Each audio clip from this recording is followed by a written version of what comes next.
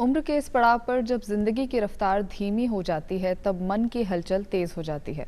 अकेलापन, बीते कल की यादें और आने वाले कल का डर, ये सब मिलकर बुजुर्गों के मानसिक स्वास्थ्य को गहराई से प्रभावित करते हैं। नमस्कार दर्शकों, मैं हूं ईशा सिंह और आप देख रहे हैं हेलो डॉक्टर। आपको बता दें, हेलो डॉक्टर एक फ़ोन इन प्रोग्राम है जो सोमवार से शुक्रवार तक हर रोज़ एक नए विषय के साथ टेलीकास्ट होता है। इसी तरह आज हम एक नया विषय आपके सामने लेकर आए हैं। आज हम बात करेंगे वृद्धावस्था में होने वाले मानसिक रोगों के बारे में। इस पर चर्चा करने के लिए हमारे साथ मौजूद हैं वृद्धावस्था मनोचिकित्सक डॉक्टर सुनील सुथार, जो न सिर्फ बुजुर्गों की मनोस्थिति को गहराई से समझते हैं बल्कि समाधान भी सुझाते हैं। नमस्कार सर, आपका बहुत बहुत स्वागत है। बहुत बहुत धन्यवाद। तो दर्शकों, चर्चा शुरू करने से पहले हम आपको बता दें, अगर डॉक्टर साहब से आपका कोई सवाल है तो आप हमसे सीधे संपर्क कर सकते हैं। हमारा नंबर है 0141270499, 0141270498। तो आइए चर्चा की शुरुआत करते हैं। सर, सबसे पहले तो आप हमारे दर्शकों को बताइए कि वृद्धावस्था में शारीरिक और मानसिक रोगों से जुड़ी हुई कौन कौन सी ऐसी समस्याएं हैं जो आम है, जो होती है। जी बिल्कुल, जैसे युवा अवस्था, वयस्क अवस्था, वैसी एक अवस्था है वृद्धावस्था। वृद्धावस्था का मतलब ये नहीं है कि कोई बीमार अवस्था है। वृद्धावस्था एक नॉर्मल अवस्था है, लेकिन हाँ, इस अवस्था में बीमारियों की संभावना बढ़ जाती है। जैसे कॉमन शारीरिक बीमारियां हम देखते हैं कि जो अध्ययन हुए हैं उसमें पाया गया है कि हर बुजुर्ग किसी न किसी 90% तक बुजुर्ग एक या उससे ज़्यादा बीमारियों से संघर्ष कर रहे हैं। जैसे कॉमन जो बीमारियां हैं उसमें डायबिटीज़ है, हाइपरटेंशन है, सांस की दिक्कत, सीओपीडी की दिक्कत है, आर्थराइटिस की दिक्कत है, हार्ट की दिक्कत है, सुनाई कम देना, दिखाई कम देना, चलने में बैलेंस नहीं बन पाना, ये कॉमन शारीरिक समस्याएं हैं जिनसे बुजुर्गों का सामना होता है। और उसके साथ साथ कई मानसिक समस्याएं हैं जो बुजुर्ग अवस्था में आ जाती हैं, जैसे कि निद्रा में कमी आ जाना और घबराहट, बेचैनी और याददाश्त की समस्या जैसे डिमेंशिया और अल्जाइमर रोग। तो ये कुछ मानसिक समस्याएं हैं जो जिनसे बुजुर्गों को गुजरना पड़ता है। सर, हम अक्सर बात करते हैं कि वृद्धावस्था में शारीरिक रोग तो होते ही हैं, लेकिन मानसिक जो बीमारियां हैं उस पर बहुत कम लोग चर्चा करते हैं। तो क्या ऐसा होता है कि उम्र के साथ साथ डिप्रेशन और एंग्जाइटी जैसे मामले भी बढ़ने लगते हैं या उसका खतरा बढ़ने लगता है? जी बिल्कुल, क्योंकि बुजुर्गों को जब बुजुर्ग होते हैं तो उनकी दिनचर्या है वो घर के अंदर बंद हो जाते हैं और बाहर उतना जितना एक यंग युवा अवस्था एक्टिव रहते हैं वो एक्टिव नहीं रह पाते हैं और अकेला एकाकी पन सताता है। तो ये जो समस्याएं हैं बुजुर्गों को इन सब से सामना करना पड़ता है। उनका जो सपोर्ट सिस्टम है, जो हेल्प सिस्टम है, वो कहीं ना कहीं उसमें कमी आ जाती है। उसकी वजह से, उन सब परेशानियों की वजह से उनमें अवसाद एवं जैसे दूसरी बीमारियां जैसे डिमेंशिया जो उम्र के साथ आती है, उनकी संभावना काफ़ी बढ़ जाती है। तो सर, जो युवाओं में होती हैं मानसिक बीमारियां और जो वृद्धावस्था में होती है, क्या ये दोनों की प्रकृति अलग होती है? जी, जो मानसिक रोग है वो भले ही बच्चा है, वयस्क है, बुजुर्ग है, सबको प्रभावित करती है। लेकिन बुजुर्गों में जो होने वाली कॉमन जो मानसिक समस्या है वो है एक अवसाद और डिमेंशिया। जो डिमेंशिया नाम की बीमारी है, जो अल्जाइमर जिसका सबसे प्रमुख कारण है, क्योंकि ये उम्र के साथ आती है। जैसे हम कहें 60 साल की उम्र है तो 5% तक 100 में से 5 लोगों को होने की संभावना है।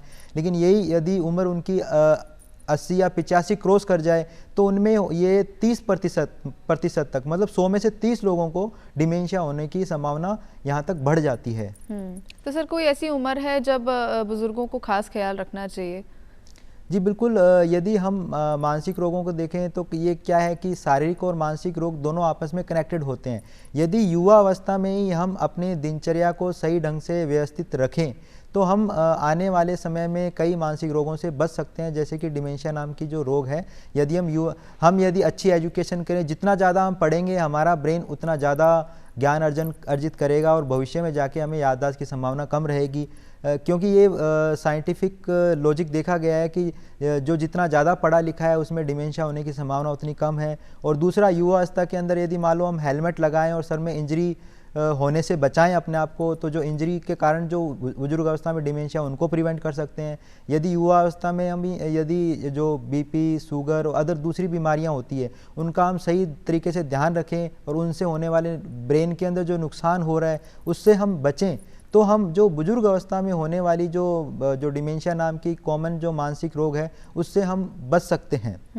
सर, जैसा कि आपने बताया कि वृद्धावस्था में अगर डिमेंशिया जैसी बीमारी से बचना है, खुद को बचाए रखना है, तो उसके लिए सबसे ज़रूरी है कि हम जितना ज़्यादा हो किताबें पढ़ें, किताबें पढ़ते रहें। तो सर, अगर मान लीजिए कोई बुज़ुर्ग 50 की उम्र को क्रॉस कर जाते हैं, तो क्या पढ़ने की जो उनकी स्पीड है वो बढ़ानी चाहिए? कोई ऐसी किताबें हैं जो पढ़नी चाहिए या?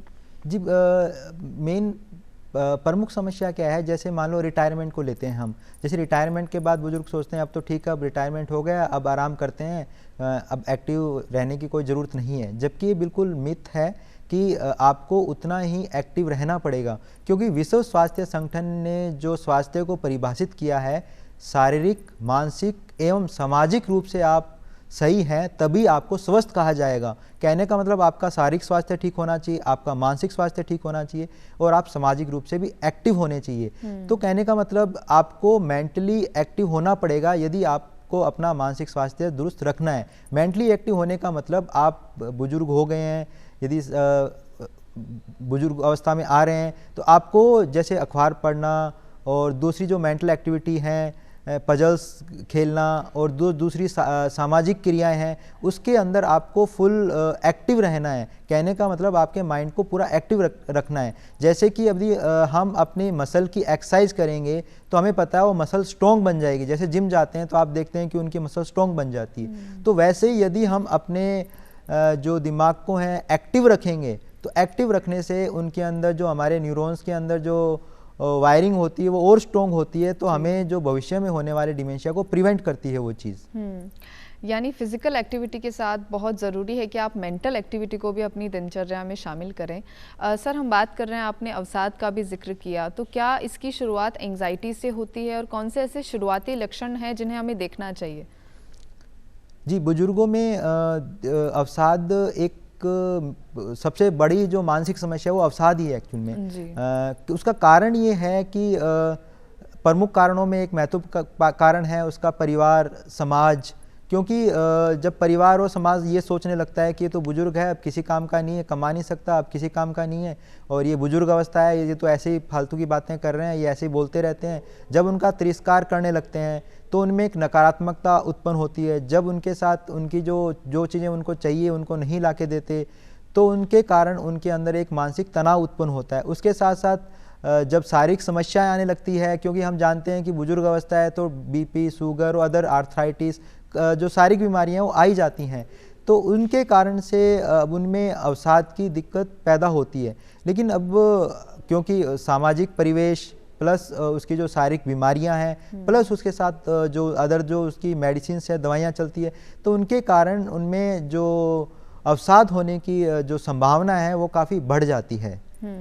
तो सर, अगर मान लीजिए अवसाद की ओर जा रहा है कोई बुजुर्ग, तो कौन से ऐसे शुरुआती लक्षण हैं जिन्हें हमें पहचान लेना चाहिए? जी, इसमें अवसाद में मुख्य लक्षण होते हैं मन उदास रहना, जो चीज़ों में पहले इंटरेस्ट आता था, पहले लोगों से बात करते थे, टीवी देखते थे, अखबार पढ़ते थे, जिन चीज़ों में पहले इनको इंटरेस्ट आता था अब पता चला कि आजकल इन्होंने सब बंद कर दिया, तो ये इंडिकेट कर रहा है कि उनमें कहीं ना कहीं अवसाद आ रहा है। नींद नहीं आना, भूख नहीं लगना, बेचैन रहना, घबराहट होना, ये सब और ऐसा लगता है कि कंसंट्रेट नहीं कर पा रहे हैं, याददाश्त में कमी के थोड़े लक्षण आ जाना, तो ये सब इंडिकेट कर रहे हैं कि कहीं ना कहीं हो सकता है कि इंसान अवसाद से गुजर रहा है। लेकिन बुजुर्गों में हमने कई बार ये देखा कि बुजुर्ग अपने आप को व्यक्त नहीं कर पाते। जैसे हम देखते हैं कि यंग अवस्था में, जवान अवस्था में मरीज खुद आता है और कहता है कि मुझे ये समस्या है, जबकि बुजुर्ग पता नहीं पाते होगा कि यहाँ दर्द हो रहा है, यहाँ दर्द हो रहा है। सर, हम इस पर आगे चर्चा करेंगे। इस बीच हमारे साथ एक कॉलर जुड़े हैं। जी, हेलो। हाँ जी, नमस्कार। हाँ जी, नमस्ते। अपना नाम बताइए और आप कहाँ से हैं? हाँ, मेरा नाम माल सिंह है। जी, कहाँ से हैं आप सर? मैं डॉक्टर साहब ये पूछना चाह रहा था कि मेरी उम्र 72 साल है जी, और ये जो टेंशन वगैरह जो है इनसे बचने का क्या क्या उपाय है? इन्हें अक्सर चिंता रहती है, तो इसमें क्या उपाय आप सुझाना चाहेंगे? जी बिल्कुल, देखें हम कई बार देखते हैं कि कुछ ऐसी चीज़ें जिनको हम बदल सकते हैं, लेकिन बुजुर्ग अवस्था में कई बार ऐसी समस्याएं होती हैं जिनको हम बदल नहीं सकते, तो हमें उन चीज़ों को एक्सेप्ट भी करना पड़ता है। तो कहने का मतलब अब टेंशन हम कम कैसे करें, जो तनाव है हमें जो नकारात्मक प्रभावित करते हैं उस तनाव से कैसे बचें, यदि तनाव है तो उसको कम कैसे करें। तो इसमें ज़रूरी है कि आप जो तनाव को कम करने वाली क्रियाएं करें। जैसे क्रियाओं में कौन कौन सी है, जैसे योग है, मेडिटेशंस हैं, तो ये आपके तनाव को काफ़ी हद तक कम करेंगे और आपकी मदद करेंगे। उसके अलावा क्या होता है कि कई बार हम गलत तरीके अपनाते हैं तनाव कम करने के लिए। जैसे मान लो रात को नींद नहीं आ रही तो क्या करते हैं बुजुर्ग, चाय पीने लग जाते हैं। साहब जब चाय पियोगे तो नींद जो थोड़ी बहुत आनी थी वो भी नहीं आएगी। तो जो नेगेटिव एक्टिविटी जैसे स्मोकिंग करना है, तो इन जो भी नशे वाली चीज़ें हैं कि हम तनाव भगाने के लिए यूज़ करते हैं, तो वो भी नहीं करनी चाहिए। और उसके साथ साथ अपनी दिनचर्या को नियमित रखना है, सही टाइम पे सोना है, सही टाइम पे खाना है। कई बार बुजुर्ग तनाव में होने के कारण रात को कम नींद आई तो दिन में 5-5, 6-6 घंटे बिस्तर पे लेटे हुए, नहीं, दिन में 1 घंटे से ज़्यादा बिस्तर पे नहीं लेटना, तो उससे नेचुरल नींद आपको रात को आ जाएगी। तो मेडिटेशन, योग, दिनचर्या को सही बनाना और रेगुलर वॉक करना, ये सब जो एक्टिविटी है जो आपके जो मन के अंदर जो तनाव है उसको कम करेगी। उसके साथ साथ सबसे महत्वपूर्ण एक्टिविटी है कि आप अपनी बातों को अपने परिजनों, अपने दोस्तों, मित्रों के साथ शेयर करें, क्योंकि ये कहा गया है कि यदि आप अपनी बातों को शेयर करोगे तो आपका आधा तनाव तो वैसे ही कम हो जाएगा। तो उम्मीद करते हैं सर आपको अपने सवाल का जवाब मिल गया होगा। हम आगे बढ़ते हैं। सर, हमने एंग्जाइटी और डिप्रेशन के शुरुआती लक्षणों के बारे में जाना, तो ऐसा कौन सा समय है जब ये लक्षण आ रहे हैं तो हमें डॉक्टर से सलाह लेनी चाहिए? जी, आमतौर पे सभी किसी न किसी तनाव से गुजरते हैं, थोड़ा उदासी, डिप्रेशन आ सकता है, लेकिन जब यदि अवसाद आपकी रोज़मर्रा की क्रियाओं को प्रभावित करने लगे, जब घर वालों को लगे कि नहीं इसकी दिनचर्या बदल गई है, या मरीज़ को लगे कि रोगी को लगे वो बहुत ज़्यादा परेशान हो रहा है, तो ये समय आ गया है कि अब हम एक चिकित्सक से राय लें और इसके लिए इलाज कराएं। लेकिन इसमें हमारे साथ जो कॉमन समस्याएं जो देखने को मिलती है कि बुजुर्ग इलाज से हटते हैं, वो सोचते हैं मनोचिकित्सक के पास क्यों जाएं साहब। तो कहने का मतलब कि ये एक जैसे अदर सारी बीमारियां वैसे ही बीमारी है। यदि परिजन को, यदि मरीज ये कहे कि नहीं मुझे नहीं जाना, तो आप उनको ये कहिए कि नहीं एक बार चल के राय ले लेते हैं, क्योंकि उनको ये लगता है कहीं ऐसा नहीं दवाइयाँ हमको ऐसी दे दी जाए जिससे हम बेहोश ही पड़े रहें या दवाइयाँ हमें नुकसान कर दें। नहीं सर, इसी बीच हमारे साथ एक कॉलर जुड़े हैं। जी हेलो। हेलो। हाँ जी, अपना नाम बताइए, कहाँ से हैं आप सर? मैं दिल्ली से विनोद। हाँ जी, अपना सवाल पूछिए डॉक्टर साहब के लिए। हाँ जी। जी हेलो, अपना सवाल पूछिए सर। मैं विनोद बोल रहा हूँ जी, दिल्ली से। जी, अपना सवाल पूछिए सर। मेरा जी, मैं मतलब 76 साल का हूँ। मैं बड़ा परेशान हूँ जी, दुखी हूँ। मुझे अंदर इमोशन मतलब फीलिंग्स पैदा नहीं हो पाती। जी जी जी, ये 76 साल के हैं और इन्हें चिंता और इस तरह की समस्या है। जी, जैसे इन्होंने कहा कि मुझे फीलिंग पैदा नहीं होती है, कहने का मतलब ये होता है कि जब इंसान ये कहता है कि मुझे फील हो ही नहीं रही चीज़ें, तो ये कहीं ना कहीं एक अवसाद का लक्षण है। कई बार मरीज इस चीज़ को समझ नहीं पाते कि फीलिंग पैदा क्यों नहीं हो रही है। कई बार हम देखते हैं कि मरीज कई बार कहता है कि साहब सिर में दर्द, हाथ में दर्द, पैर में दर्द, कई जगह दर्द बताते हैं, हम कई जांचें करवाते हैं लेकिन जांचों में कुछ निकल के नहीं आता है, फिजिशियन भी ट्रीटमेंट देते हैं, लेकिन बाद में जब पता चलता है कि ये एक अवसाद का लक्षण है। वैसे ही कई बार जब रोगी बोलता है कि मुझे फीलिंग नहीं आती, ये तो हो सकता है कि ये एक अवसाद का लक्षण है, तो जिसके लिए आगे जांच की ज़रूरत है कि अवसाद के जो दूसरे लक्षण हैं कहीं वो तो नहीं है। जैसे मैंने बताया, अनिद्रा, भूख कम लगना और चीज़ों में इंटरेस्ट कम हो जाना, जैसे पहले चीज़ों में अच्छा लगता था लोगों से बात करना, मिलना जुलना, ये सब में कहीं कमी आ गई है, तो ये इंडिकेट कर रहा है कहीं अवसाद के लक्षण हैं। तो इसके लिए किसी मनोचिकित्सक के पास जाके अपना स्क्रीनिंग टेस्ट करवाना चाहिए। तो उम्मीद करते हैं सर आपको अपने सवाल का जवाब मिल गया होगा। सर, हम लक्षणों पर बात कर रहे थे, तो वृद्धावस्था में कई तरह की शारीरिक बीमारियां भी होती हैं, ऐसे में उसके लक्षण भी आते हैं और ऊपर से जो मानसिक बीमारियां हैं वो भी आती है। तो ऐसे में जो इंसान है वो किस तरह से पहचाने कि कौन से लक्षण मानसिक रोग के हैं और कौन से शारीरिक रोग के? जी बिल्कुल, जैसे एक कॉमन कहावत है, मन स्वस्थ तो तन स्वस्थ, तन स्वस्थ तो मन स्वस्थ। कहने का मतलब हमारा मन और जो शारीरिक समस्याएं वो आपस में जुड़ी हुई हैं। यदि जैसे हम कई बार देखते हैं कि कोई मरीज है बीपी या शुगर उसकी बढ़ गई है, वो ठीक नहीं हो रही है, तो पता चलता है कि उनमें अवसाद था जो ठीक नहीं किया गया। अब ठीक करने के बाद उनकी दवाइयाँ भी कम हो गई या कई बार दवाइयाँ भी बंद हो जाती हैं। तो इसलिए ज़रूरी है कि उसको पहचानना। अब मुख्य ये आता है कि कई बार हमारे पास मरीज़ मानसिक रोग के लक्षण लेके आते हैं कि साहब पहले तो पहचान रहे थे, अब घर वालों को पहचान नहीं रहे, अजीब अजीब बातें कर रहे हैं। तो हम जब जांच करते हैं तो पता चलता है कि ब्रेन के अंदर स्ट्रोक हो गया, उसकी वजह से लक्षण आ गए। तो पता चला कि लक्षण तो ये मानसिक थे और समस्या शारीरिक थी। तो कई बार शारीरिक लक्षण लेके आते हैं कि सर में दर्द, हाथ में पैर में दर्द, तो जांच करते हैं तो पता चलता है कि ये अवसाद के लक्षण थे। तो कहने का मतलब इसके लिए जो मनोचिकित्सक के पास जाके आप स्क्रीन करवा सकते हैं कि ये कहीं मानसिक रोग के लक्षण तो नहीं है या शारीरिक लक्षण है जो मानसिक रोग की वजह से आ रहे हैं। तो ये कई बार पहचानना जो घर वालों के लिए बड़ा मुश्किल होता है, तो उसके लिए आप मनोचिकित्सक के पास जाके इसकी पूर्ण तरह जांच करवा सकते हैं। सर, हम अक्सर देखते हैं कि डिमेंशिया और अल्जाइमर जैसे मामले काफ़ी बढ़ रहे हैं पिछले 5-10 सालों में, तो इसके बारे में थोड़ा सा विस्तार से बताइए। जी, क्योंकि जैसे हमने बात की थी जो अल्जाइमर या डिमेंशिया रोग है ये उम्र के साथ आता है। तो अब जो बुजुर्गों का जो प्रतिशत है वो हमारे भारत में 10% क्रॉस कर गया है लगभग।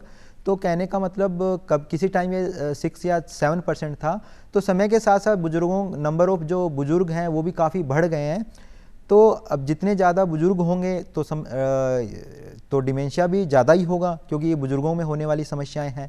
तो जितनी ज़्यादा लाइफ एक्सपेक्टेंसी उतनी ज़्यादा संभावना की डिमेंशिया होने की। तो जैसे जैसे बुजुर्ग अवस्था आती है उनमें जो डिमेंशिया होने की संभावना बढ़ जाती है। तो इसलिए ये बुजुर्गों में होने वाली एक प्रमुख समस्या है। सर, हम कई बार देखते हैं कि बुजुर्ग बिना डॉक्टर की सलाह के कई तरह की दवाइयाँ ले लेते हैं, तो इसका मानसिक या डिमेंशिया और अल्जाइमर जैसी बीमारियों पर से भी कोई संबंध है इसका? जी, ओवर द काउंटर मेडिसिन जो बोली जाती है, बुजुर्ग कहीं से भी जाके कोई भी दवाई ले लेते हैं। तो जो अभी आजकल के जो अध्ययन किए गए उसमें देखा गया है कि जैसे मान लो कोई व्यवहार के लक्षण के लिए रोगी हमारे पास आता है, तो पता चलता है कि सबसे बड़ा कारण है वो कोई दवाई ले रहा था जिसका साइड इफेक्ट हुआ और उसकी वजह से ये लक्षण आए। जैसे कन्फ्यूजन की स्टेट क्रिएट हो गई, कोई मरीज आके साहब रात को नींद नहीं आ रही, तो पता चला कोई मेडिसिन ली थी उसकी वजह से उसकी नींद डिस्टर्ब हो गई। तो कहने का मतलब ऐसी कोई मेडिसिन यदि वो ले रहे हैं उनके साइड इफेक्ट की वजह से मानसिक रोगों के लक्षण आ रहे हैं, तो वो हमें पहचानने जरूरी होते हैं। हाँ, इसके साथ साथ जो एक हमारा जो पहले रह गया था कि डिमेंशिया और अल्जाइमर वाला भी कि दवाइयों की वजह से होता है क्या। दवाइयाँ जो हैं वो ऐसे लक्षण उत्पन्न करती है जिसमें मेमोरी अफेक्ट होती है, याददाश्त फर्क पड़ता है, तो वो भी पहचाना जरूरी है। जो एंटीकोलिनर्जिक मेडिसिन हैं उनकी वजह से भी याददाश्त अफेक्ट होती है। और इसके साथ मैं एक चीज़ ये भी बताना चाहूँगा यहाँ कि अल्जाइमर और डिमेंशिया क्या होता है, कैसे पता करें कि ये रोग है। तो जब याददाश्त की कमी आती है, याददाश्त की कमी तो बुजुर्ग में नॉर्मल आ सकती है, लेकिन कब कहें ये डिमेंशिया है? यदि याददाश्त की कमी इतनी आ गई है कि उसमें रोज़मर्रा की क्रियाएं प्रभावित होने लगी। जैसे कोई बुजुर्ग महिला है, पहले खाना बना रही थी, सब कुछ कर रही थी, अब याददाश्त की वजह से उसका जो खाना है, कभी मिर्च नमक ये सब डिस्टर्ब हो रहा है, उसकी वजह से खाना नहीं बना पा रही है, तो इसको हम डिमेंशिया बोलते हैं। अब उसकी जांच के लिए हमें आगे बढ़ना पड़ता है कि इसका क्या कारण है। जैसे अल्जाइमर उसका सबसे बड़ा और सबसे प्रमुख कारण है, तो जांचों में पता चलता है कि अल्जाइमर उसका प्रमुख कारण है। सर, इस बीच हमारे साथ एक कॉलर जुड़े हैं। जी, हेलो हेलो हेलो जी सर, अपना नाम बताइए, कहाँ से हैं आप?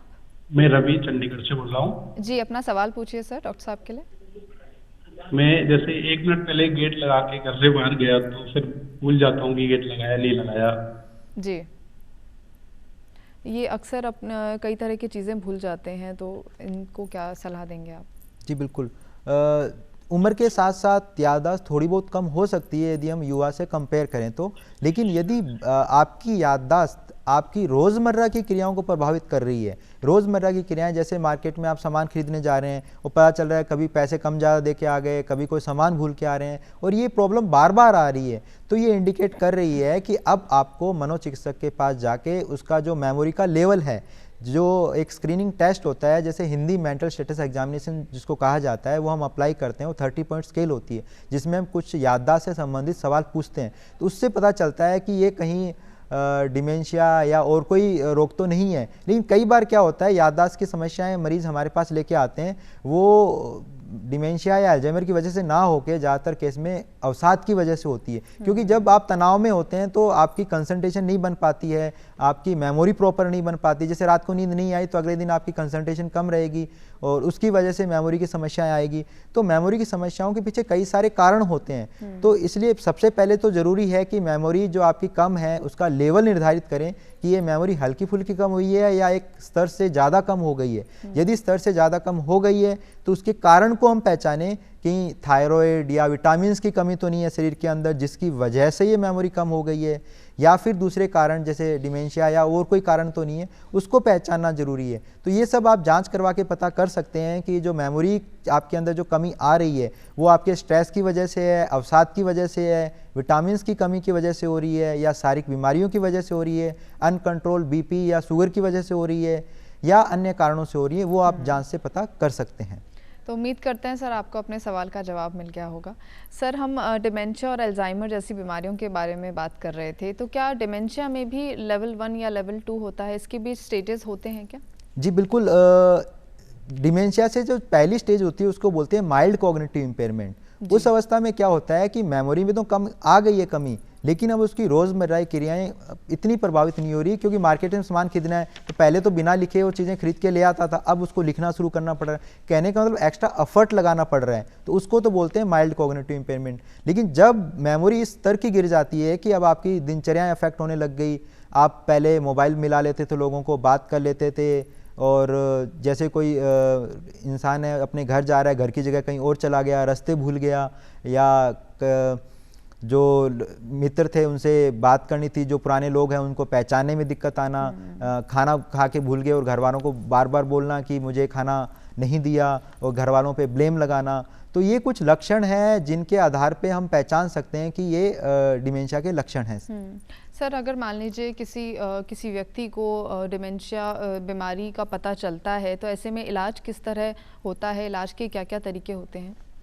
जी, तो इसमें हमने बात की थी जैसे डिमेंशिया यदि माइल्ड कॉग्निटिव इम्पेयरमेंट है तो उसमें हम रोगी को एक्सरसाइजेज बताते हैं, मेंटली एक्सरसाइजेज। उसमें दवाइयों का इतना उपयोग नहीं है, उसमें हम एक्सरसाइज बताते हैं, बिहेवियर थेरेपी बताते हैं कि आप जैसे पजल्स खेलें और माइंड की एक्टिविटीज़ करें जिसमें आप माइंड आपका शार्प हो और उसमें इम्प्रूवमेंट हो, और याददाश्त वाले गेम खेलें। और जब लेवल 1 डिमेंशिया होता है, लेवल 1 मतलब माइल्ड डिमेंशिया होता है जिसमें सिर्फ उसकी रोज़मर्रा की क्रियाएं, बाहर की क्रियाएं प्रभावित होती है, तो उसमें हम उसको मेडिसिन्स देते हैं जो मेमोरी को एनहांस करती है, प्लस जो आगे डिक्लाइन हो रही है उसको स्लो कर देती है। जब लेवल 2 जिसमें उसकी नहाना धोना खाना पीना ये सब भी घर वालों पे डिपेंडेंट हो जाता है, तब हम उसको कहते हैं कि अब उसके साथ साथ उसमें व्यवहार की दिक्कतें भी आने लगती है, तो हम व्यवहार के लिए जो व्यवहार की मेडिसिन होती है वो देते हैं। लेवल 3 के अंदर पैलेटिव केयर टाइप की चीज़ें करते हैं जिसमें पेशेंट बेड रिडन हो जाता है, अब टॉयलेट भी कपड़ों में कर रहे हैं, घर वालों को पूरी केयर करनी पड़ रही है, तो उसमें जो अलग अलग समस्याएं होती है क्योंकि लक्षणों के आधार पर ट्रीटमेंट होता है तो वो ट्रीटमेंट करते हैं।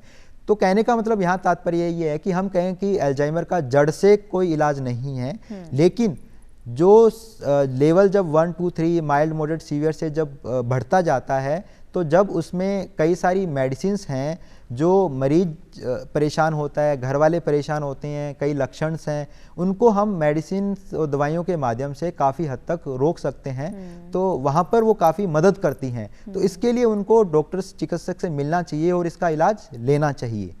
यानी अगर शुरुआती लक्षण आप पहचान पा रहे हैं तो तुरंत डॉक्टर की सलाह लें। सर, हम देखते हैं कि वृद्धावस्था में जो वृद्धाश्रम में जो रह रहे हैं बुजुर्ग लोग, उनके लिए चीज़ें काफ़ी चुनौतीपूर्ण हो जाती है, तो इस पर आप क्या कहेंगे? जी बिल्कुल। आजकल हम देख रहे हैं कि पहले संयुक्त परिवार होते थे, अब धीरे धीरे करके एकाकी परिवार हो गए, क्योंकि 1 या 2 बच्चे हैं तो अब कोई पढ़ने के लिए कहीं बाहर चला गया या फिर जॉब बाहर कर रहे हैं, तो बुजुर्ग अकेले हैं, तब उनकी कौन केयर करे। उसके कारण से समय के साथ साथ अब ये बदलाव देखने को मिल रहा है कि ज़्यादातर बुजुर्ग अब जो वृद्धाश्रम है उनमें रहने लग गए हैं, क्योंकि वृद्धाश्रम में काफ़ी बढ़ोतरी हुई है नंबर में भी और जो उसमें रहने वाले हैं उनमें भी। तो ये हम सब समझते हैं कि एक घर का माहौल, एक जो आश्रम का माहौल, वृद्धाश्रम का माहौल है, काफ़ी डिफरेंट होता है, क्योंकि हम भी नहीं चाहेंगे कि हम जब बूढ़े हो जाएं तो हम वृद्धाश्रम में रहें, क्योंकि वहाँ पर वो माहौल कभी मिल ही नहीं सकता जो आपके परिजन, जो आपके बच्चे या आपके पोते और नाती, जो आपको जो दे सकते हैं जो माहौल वो वहाँ नहीं मिल सकता, क्योंकि वहाँ माहौल बदल जाता है। कभी उस बुजुर्ग ने कल्पना नहीं की थी अपनी जवानी अवस्था में कि मैं बुजुर्ग वृद्धाश्रम में रहूँगा, तो वहाँ जाके जब परिवर्तन होता है तो उसकी वजह से काफ़ी स्ट्रेस में चला जाता है बुजुर्ग, उसकी वजह से उनमें मानसिक एवं शारीरिक समस्याएं बढ़ जाती है। ये अध्ययन में भी पाया गया है कि जो समाज में रह रहे हैं जो बुजुर्ग और जो वृद्धाश्रम में रह रहे हैं, जो वृद्धाश्रम में जो मानसिक और शारीरिक समस्याएं जो समाज में रहने वालों की तुलना में काफ़ी अधिक है। तो ऐसे में उनको ज़्यादा सावधानी बरतनी चाहिए और अपने जीवन शैली में भी बदलाव लाना चाहिए। जी बिल्कुल, उनको अपनी जीवन शैली, बिल्कुल आपने सही कहा कि एक्चुअल में क्या है कि आजकल जैसे सोशल मीडिया है, तो अब हम आपके जो बच्चे काफ़ी दूर रहते हैं, आप उनसे नहीं मिल सकते, तो उसका यूज़ कर सकते हैं उनसे कनेक्टेड रहने के लिए। यदि आप बच्चों से, अपने रिलेटिव से सोशल मीडिया से भी कनेक्टेड रहोगे तो भी आपके अंदर एक पॉजिटिविटी आएगी और आपकी मेंटल हेल्थ पे पॉजिटिव इफेक्ट पड़ेगा। और दूसरा, आप रूटीन स्क्रीनिंग करवाते रहिए अपनी शारीरिक एवं मानसिक समस्याओं के लिए, तो जो उनसे होने वाली समस्याओं से, जो उनके कॉम्प्लिकेशन से बच सकते हैं। क्योंकि ज़्यादातर बुजुर्गों में हम देखते हैं कि मेजर जो प्रॉब्लम कहाँ आ रही है कि जो उनकी जो शारीरिक बीमारी की जो दवाइयाँ चलती है, जैसे बीपी, शुगर, जो अन्य जो बीमारियों की दवाइयाँ चलती है, कि वो समय पे जांच नहीं करवाते हैं और ट्रीटमेंट नहीं लेते हैं। उसकी वजह से उनके ब्रेन के अंदर काफ़ी चेंजेस आ जाते हैं, तो उसकी वजह से उनमें डिमेंशिया और अदर मानसिक समस्याओं की संभावना बढ़ जाती है। तो इसका कहने का तात्पर्य यही है कि आप अपना रेगुलर चेकअप करवाते रहिए, जो आपको मेडिसिन डॉक्टर दे रहा है उसको प्रॉपर डोज में लें और प्रॉपर रूटीन स्क्रीनिंग करवाते रहें। सर, डिमेंशिया की जब हम बात करें तो दवाइयों के अलावा भी किस तरह के इलाज संभव होते हैं इसमें? जी बिल्कुल, जैसे हमने बात की थी कि अल्जाइमर रोग यदि है डिमेंशिया का जो सबसे बड़ा कारण है, यदि वो है तो क्योंकि जड़ से तो इलाज संभव नहीं है, लेकिन अब दवाइयों के साथ साथ इसमें एक सबसे महत्वपूर्ण चीज़ है कि उसकी जीवन शैली। तो हम जैसे कई बुजुर्ग आते हैं, साहब क्या करें, तो हम ये कहते हैं कि अब इनकी याददाश्त की एक्सरसाइज करवाएं। साहब ये खुद नहीं करते हैं, तो हम ऐसी एक्टिविटी को कैच कर सकते हैं जो उनके अंदर इंटरेस्ट पैदा करे। जैसे आप पुराने एल्बम लीजिए, पुराने एल्बम में लेके पूछिए ये कौन है और ये क्या लगते हैं, तो वो याद करने की कोशिश करेंगे, तो उससे उनमें जो ब्रेन की एक्टिविटी और एक्सरसाइज होगी, तो वो एक्सरसाइज कर सकते हैं। उसके अलावा बुजुर्गों से वो एक्सरसाइज करवा सकते हैं जो उनकी इंटरेस्टिंग ही है, जैसे पेंटिंग। तो क्योंकि हम जानते हैं सबके अपने अपने इंटरेस्ट है, तो ऐसा नहीं है कि हम किसी बुजुर्ग को कहें ये स्पेशल एक्टिविटी करें, नहीं, आप वो एक्टिविटी चूज कर सकते हो जो उनके इंटरेस्ट की हो। तो हमें ये ध्यान रखना पड़ेगी कि ये उनका इंटरेस्ट किस एक्टिविटी में है, उस हिसाब से मॉडिफाई करके, और ताकि उनके ब्रेन के अंदर वो एनहांस करे उनकी मेमोरी को। तो इसलिए हमें उनके रुचि के अनुसार वो एक्टिविटी को कैच करना है। सर, बुजुर्गों के मानसिक स्वास्थ्य की जो जिम्मेदारी है वो परिवार की सबसे ज़्यादा होती है। ऐसे में परिवार की भूमिका क्या होती है, उन्हें क्या करना चाहिए? जी बिल्कुल, परिवार बुजुर्गों का एक सपोर्टिंग पिलर है और बुजुर्ग हमारे परिवार का अभिन्न हिस्सा है। तो ये हमें समझना पड़ेगा कि बुजुर्ग बहुत ही अहम हिस्सा है और हमें उनका आदर सत्कार करना है। और देखिए क्या है कि बुजुर्ग क्या चाहते हैं कि आप हमारा सम्मान करें, सबसे महत्वपूर्ण। दूसरा ये कि हमारे साथ वक्त बिताएं। यदि आप बुजुर्गों के साथ वक्त बिताएंगे तो आधी से ज़्यादा समस्याएं जो मानसिक है वो वैसे ही ख़त्म हो जाएगी। और यदि आप उनके साथ वक्त बिताएंगे तो आपको भी, क्योंकि उन्होंने जीवन में बहुत कुछ सीखा है, तो आपको भी उनसे काफ़ी चीज़ें सीखने को मिलेगी।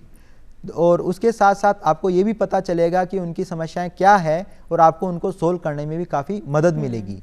सर, अंत में आप हमारे दर्शकों को क्या संदेश देना चाहेंगे इससे जुड़ी? जी बिल्कुल, मैं आपको एक संदेश देना चाहूँगा कि यही जो अभी जो बोला था कि बुजुर्ग हमारे परिवार का अभिन्न हिस्सा है, उनसे जुड़िए और उनकी समस्याओं को समझिए। और यदि उनको कहीं कोई मानसिक दशा में कोई लक्षण आपको दिखते हैं तो आप उनको समझाइए और डॉक्टर चिकित्सक से राय लीजिए, कोई लगता है तो जांच करवाइए, ठीक है। लेकिन हमें उन्हें आदर सत्कार देना है, उनसे प्यार करना है। यदि हम उनसे बातचीत करेंगे, उनके साथ समय बिताएंगे, तो जैसे मैंने कहा आधी से ज़्यादा मानसिक समस्याएं तो वहीं ख़त्म हो जाएगी। तो दर्शकों, बुजुर्गों के मानसिक स्वास्थ्य को लेकर सजग रहना हमारी जिम्मेदारी भी है और प्रेम का एक छोटा सा प्रमाण भी है। थोड़ी बातचीत, थोड़ा अपनापन, इससे बड़ा कोई इलाज नहीं है। मैं डॉक्टर साहब का धन्यवाद देना चाहूँगी जिन्होंने इस विषय को बहुत ही सुंदरता से हमें समझाया। उम्मीद करते हैं आपको हमारा कार्यक्रम पसंद आया होगा। खुश रहिए, स्वस्थ रहिए। धन्यवाद।